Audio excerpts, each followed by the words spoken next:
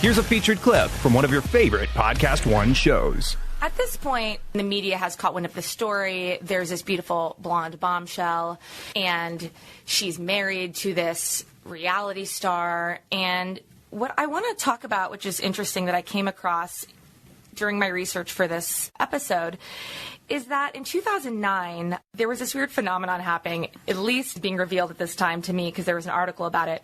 But as of noon on August 24th, 2009, Jasmine Fiore death photo was number 6 on Google's trend chart. It maps the rapid increase of popularity of what people are searching for. Mm-hmm. And I just thought that was crazy. Okay, do you remember that website, rotten.com? It was all of those, it was like disgusting death. Every nasty thing that should not be on the internet, that should belong on the dark web, was on rotten.com. I'm sure that's where that came from. Yeah, but what really bothers me about it is that there's this sexual component because she was so beautiful. Yeah. And my concern is, in seeing this, America's only, and the media has only gotten more violent since then, is that people are titillated by the idea of a gorgeous dead woman, especially if it was number 6. That's not just like creeps looking it up. That's not 100 normal people looking that are so interested in something so disgustingly gruesome, and there's something psychologically wrong with that. Right. So you can Google Jasmine Fiore and Ryan Jenkins, and all of these pictures that they're showing of her, they're like salacious kind of photos with low cleavage, and she looks very sexual.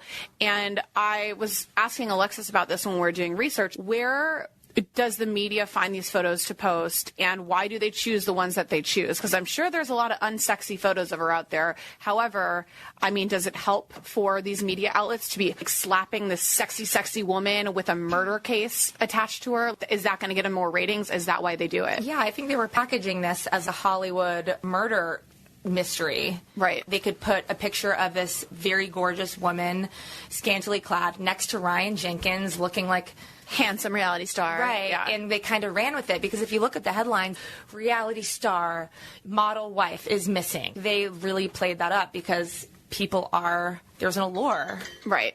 You know, what they would normally do, and, having worked in news for 2 decades now, it's not just Hollywood. You're going to go for the most salacious picture. Yeah. And before social media, you would often go to the driver's license photo, and then you would go to, if the person was fairly young, probably under 25, you would go to the yearbook photo. Right.